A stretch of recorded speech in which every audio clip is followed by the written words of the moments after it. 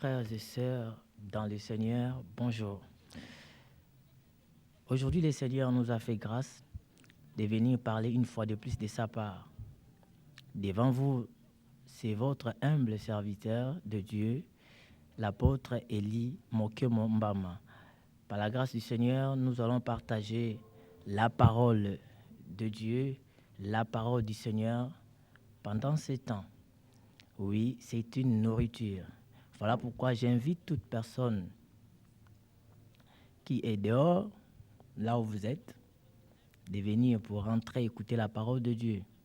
Invitez les autres, invitez les voisins de venir entendre ce que le Seigneur va nous parler aujourd'hui à travers sa parole. Il parle jusqu'aujourd'hui. Oui, dans cette exhortation,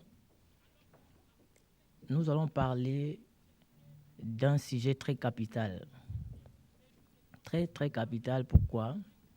Parce que vous allez comprendre aujourd'hui, si vous regardez dans les médias, si vous regardez dans les radios, partout, partout si vous regardez, vous verrez que les gens utilisent beaucoup le nom du Seigneur. Ils utilisent beaucoup le nom de Jésus. Même pour vendre, les gens utilisent le nom de Jésus. Même pour acheter, les gens utilisent le nom de Jésus. Même même pour escroquer les gens utilisent la parole de Jésus. Aujourd'hui, nous allons parler du Christ central. Le constat, on voit que même les Nganga prennent la parole de Dieu, prennent la Bible pour expliquer, parler de Dieu. Même les Nganga. Pour faire convaincre les gens, faire croire aux gens qu'eux aussi ils ne sont pas les fils du diable comme les gens le pensent. Ils prennent la Bible et ils veulent soutenir leurs bêtises dans la parole de Dieu. Voilà pourquoi j'ai intitulé ce thème « Christ central ». Donc Jésus, parce que Christ, là, c'est la parole. Et nous allons le développer avec vous par la grâce de Dieu. De gauche à droite, les gens utilisent la Bible pour donner leurs propres interprétations. Les gens utilisent la Bible pour séduire d'autres personnes. C'est dangereux. Vous savez, la parole de Dieu, c'est Dieu. Et quand vous déformez ou vous donnez de mauvaises interprétations dans ce que vous présentez comme parole, eh bien, il faut savoir que c'est la personne de Dieu que vous êtes en train de déformer. Et le Seigneur demandera de compte à toute personne qui aurait fait ce genre de choses. Sans plus tarder, nous allons prendre Jean chapitre 5, versets 39 à 40. Mais avant de lire, je voulais dire ceci. Puisque j'avais dit que notre sujet, c'est Christ central. Christ veut dire Messie en hébreu. Messie qui veut dire le oint. Et ce oint, c'est lui qui est le sauveur. En hébreu, on dit Hamashia, le Christ. Le oint. Certes, les gens présentent Christ, même dans des marchés. Mais le problème, il ne s'agit pas de crier, de dire Jésus, Jésus, ou Jésus-Christ, Christ, Christ. Non. Le problème, c'est de parler de lui selon sa volonté et à la lumière de sa parole. Vous voyez, on voit aujourd'hui beaucoup de prédicateurs qui se lancent eux-mêmes sur le terrain de l'évangile pour prêcher. Mais ils prêchent quoi? Car si nous regardons bien dans les Écritures, nous allons voir le centre même de l'Écriture, le centre de ce que Dieu a donné à l'homme comme la parole, c'est Christ. Mais quand on lit, quand on navigue, comme j'ai l'habitude de dire, les gens prennent leur pensée. Quand ils lisent les Écritures, ils prennent leur pensée, ils mettent pour interpréter. Or, l'apôtre Pierre a dit, sachez-le donc vous-même que aucune prophétie de l'Écriture ne soit l'objet d'une interprétation particulière. Mais aujourd'hui, les gens font des paroles prophétiques de l'Écriture leur interprétation particulière. Et le Seigneur va nous aider aujourd'hui de prendre les bases. De base pour prétendre tenir devant les gens et exhorter. Parce que même pour exhorter, il faut avoir une base. Pour enseigner, évangéliser, en fait, en un mot, pour parler de Christ, il faut avoir une base. Et tout enfant de Dieu, comme dit les Écritures, nous sommes les disciples de Jésus. Il a dit, allez, faites de toutes les nations les disciples. Il n'a pas dit d'aller faire de toutes les nations les chrétiens simples. Non, comme certains disent, que moi, l'histoire de la parole là, ce n'est pas mon affaire. Moi, bon, je pars, on m'enseigne, c'est fini, je rentre à la maison. Non. Tu es un disciple. Tu dois avoir cette base.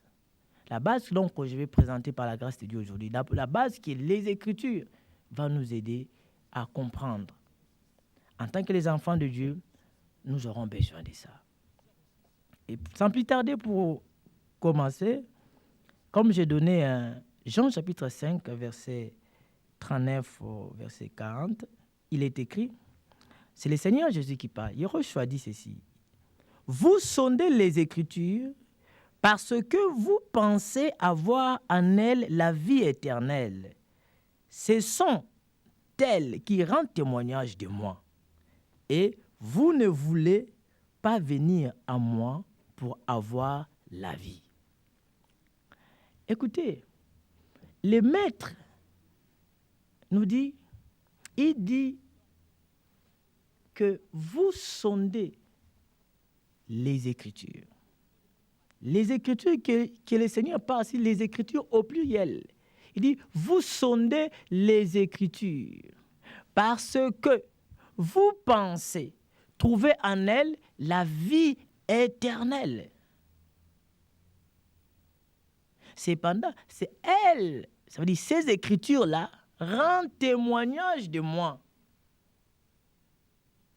Donc, cela veut dire, les Écritures rendent témoignage du Seigneur Jésus.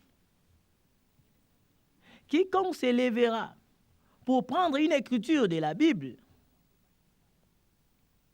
et quiconque se lèvera pour prendre une écriture de la Bible et interpréter, il doit savoir, à prime abord, au préalable, il doit savoir que ces écritures ou cette écriture rend témoignage d'un homme qui s'appelle Jésus-Christ.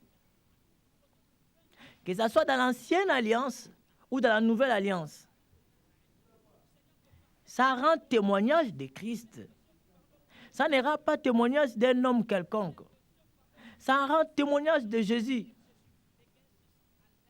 Le Seigneur nous dira, ça c'est le premier témoin que je donne, il dit lui-même que les Écritures rendent témoignage de lui. Les Écritures, c'est quoi? C'est la Bible. C'est la Bible. On a de Genèse, Exode, Lévitique, toutes ces Écritures-là rendent témoignage de Jésus. Premier élément. Deuxième chose, je vais prendre deuxième témoin. Dans le livre de Luc, chapitre 24, verset 44, il est écrit, « Puis il leur dit, c'est là ce que je vous disais lorsque j'étais encore avec vous, qu'il fallait que s'accomplisse tout ce qui est écrit de moi dans la loi de Moïse, dans les prophètes et dans les psaumes. » Ah! Le Seigneur précise encore ici. Quand il était à Paris à ses disciples au chemin d'Emmaüs, et après qu'ils ont fait route ensemble, ils ont mangé. Et quand le Seigneur il voulait se révéler à eux, ils ont compris que c'était Christ. Et Christ leur dit, C'est là ce que je vous disais. Lorsque j'étais encore avec vous, qu'il fallait que ça accomplisse tout ce qui est écrit de moi. Donc, le maître précise que quand nous lisons les prophètes au pluriel, quand nous lisons la loi, ça veut dire Moïse, et quand nous lisons les psaumes, il est question de lui. Il est question de lui. Deuxième témoin. Donc, ne venez pas utiliser la Bible pour soutenir vos bêtises. Comme j'ai entendu un ganga qui dit que les mages sont des serviteurs de Dieu, ils servent Dieu, donc vous pouvez venir auprès d'eux, les astrologues. Vous pouvez venir auprès d'eux pour consulter Dieu, et ainsi de suite, et Dieu les parle. Et d'avance dans la Bible, c'était même écrit. Voyez-vous ce genre d'interprétation? Ça veut dire que pour soutenir ces bêtises, il prend une écriture. Et il présente ça aux gens pour attirer le peuple. Il oublie que les écritures que nous lisons rendent témoignage d'un homme. Rendent témoignage d'un homme. Les écritures que nous lisons ne parlent pas de moi, ne parlent pas de toi, mais ça parle d'un homme. Ça rend témoignage de Christ. Pour trouver la vie éternelle qui est dans les Écritures, il faut d'abord trouver Jésus dans cette Écriture. Si tu lis une Écriture et tu te limites sur le point charnel de cette Écriture, sache que tu n'as pas la vie éternelle et tu n'as pas trouvé. Parce que quiconque prend une Écriture, il ouvre, il doit voir Jésus-Christ là-dedans. Parce que le Seigneur lui-même dit que ça rend témoignage de lui. Deuxième témoin, c'est là. Ça veut dire que quand nous allons commencer à lire les écrits de Moïse, nous devions voir Jésus. Car Moïse a écrit les Pentateuque, dans les 5 premiers livres de l'Ancienne Alliance ou l'Ancien Testament. Donc, quand nous lisons ça, nous devions voir Christ dedans. Si nous ne voyons pas Christ dedans, c'est que nous sommes à côté. Et troisième témoin, il nous parlera dans le livre des Hébreux, chapitre 10, chapitre 10, versets 5 à 7. Il est écrit: c'est pourquoi Christ, entrant dans le monde, dit: tu n'as voulu ni sacrifice, ni offrande, mais tu m'as formé un corps. Tu n'as agréé ni holocauste, ni sacrifice pour le péché.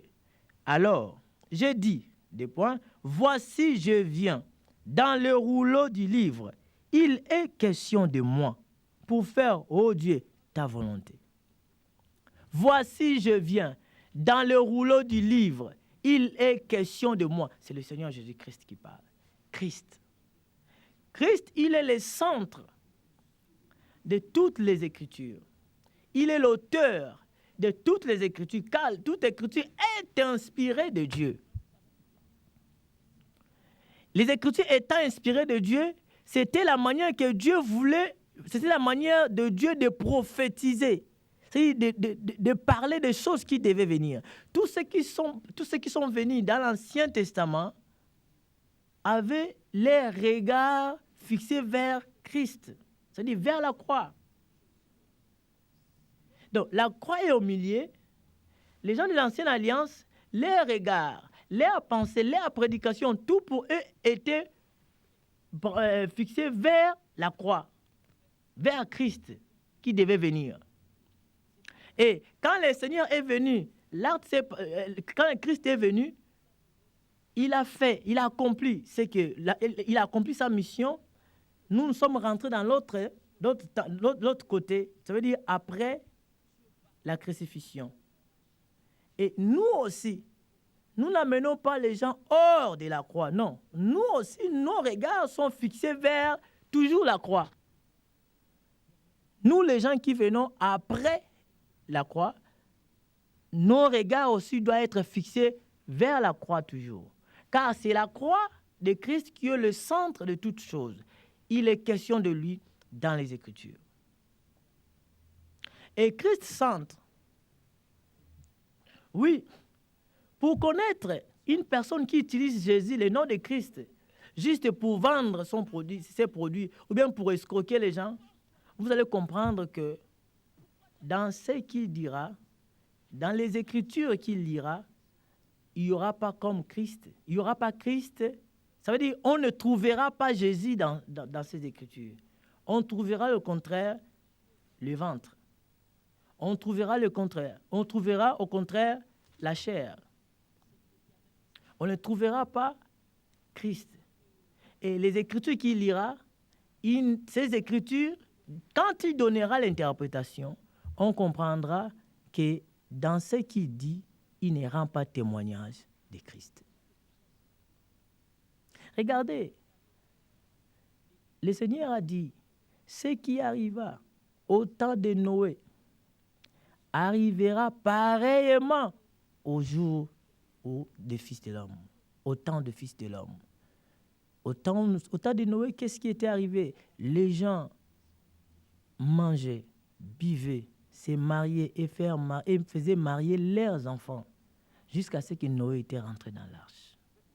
En un mot, ces gens-là avaient un évangile qu'on appelait l'évangile social. Vous voyez, manger, buvaient, marier et faisaient marier leurs enfants. C'est ce que nous voyons aujourd'hui. Moi, je les appelle les prédicateurs déchus de l'arche. Ça veut dire qu'ils sont hors l'arche. Pourquoi? Parce que leur évangile, il s'agissait du social. Il s'agissait du ventre. Ça veut dire quand tu prenais une écriture dans l'Ancienne Alliance, par exemple, quand tu prenais une écriture, ils ne voyaient pas Christ dans cette écriture. Mais ils voyaient au contraire leurs sentiments, leurs désirs. Et tout enfant de Dieu doit savoir que cet homme de Galilée à qui tu as cru, il est l'auteur du salut éternel. Il est l'auteur des Écritures. Et les Écritures rendent témoignage de lui.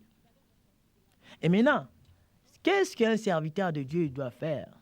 Un ministre de Dieu, celui qui s'élève pour prêcher le peuple, il doit présenter les gens Christ étant dans l'ombre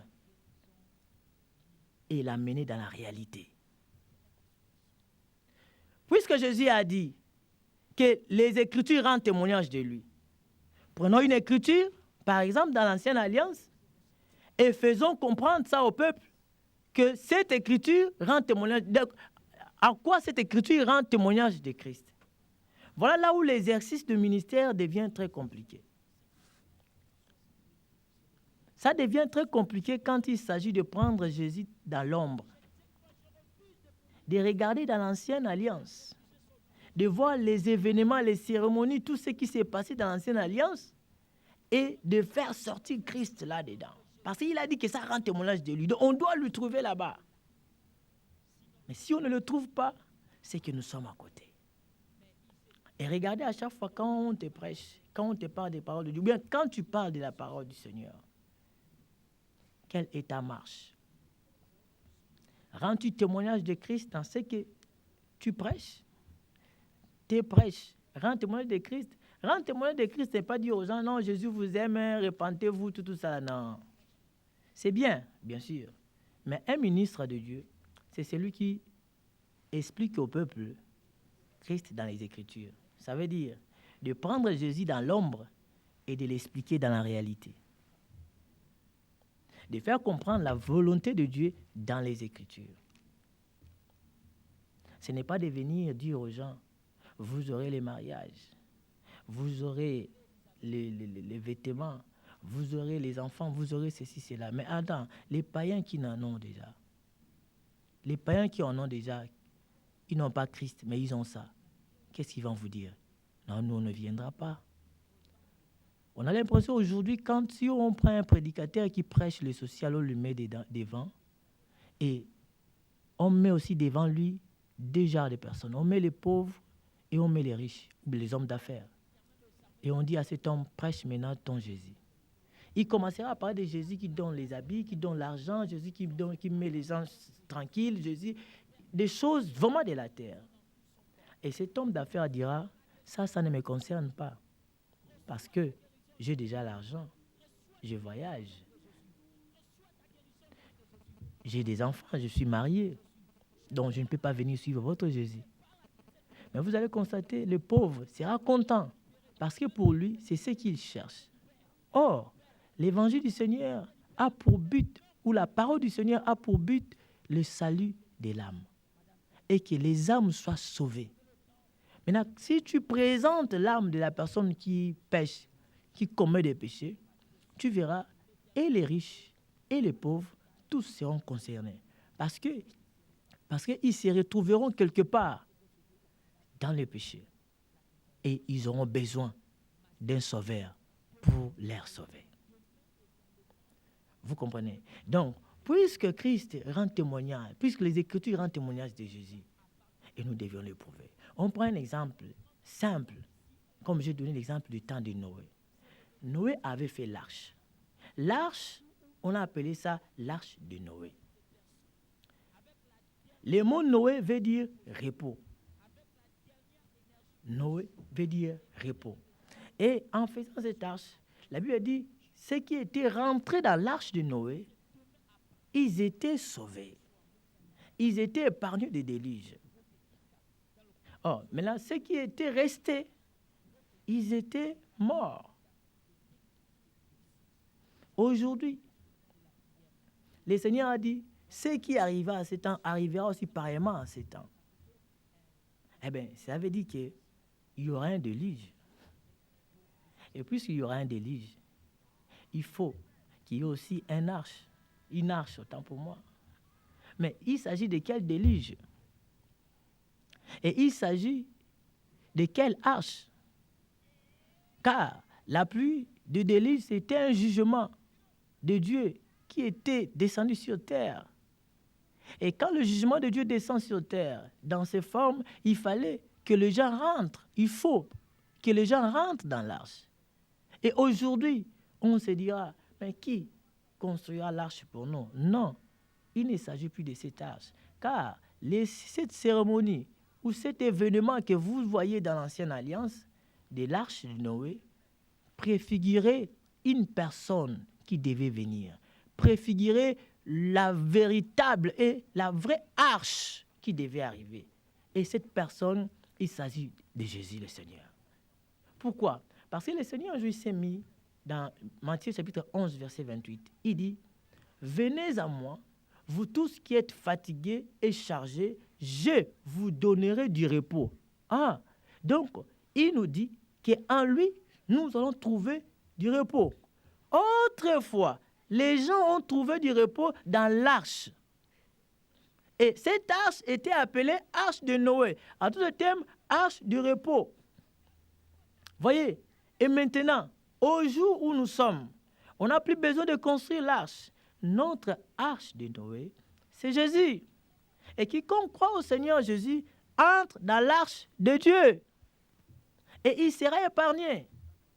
Eh bien, ceux qui sont là dans les systèmes de temps anciens, ça veut dire de prêcher, de manger, de boire, ou les chrétiens qui s'attachent aux choses éphémères de ce monde et de cette terre, eh bien, ces gens-là seront péris, ils périront.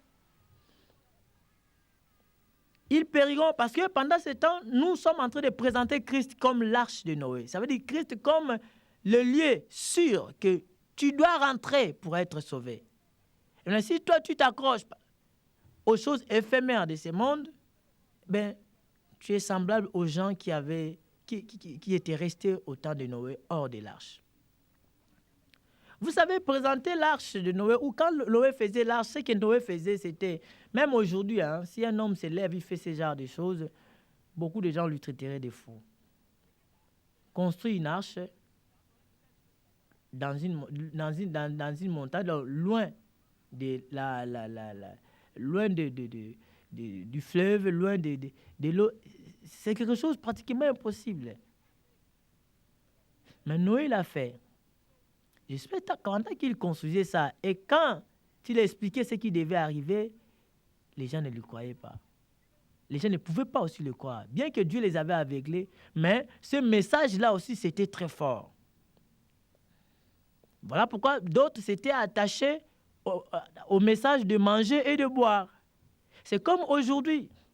Quand nous disons aux gens que nous sommes au temps de la fin, nous sommes dans les derniers jours, et nous devions présenter les gens le salut qui est Christ. Car Christ Jésus a dit à Zachée qu'aujourd'hui le salut est rentré dans cette maison.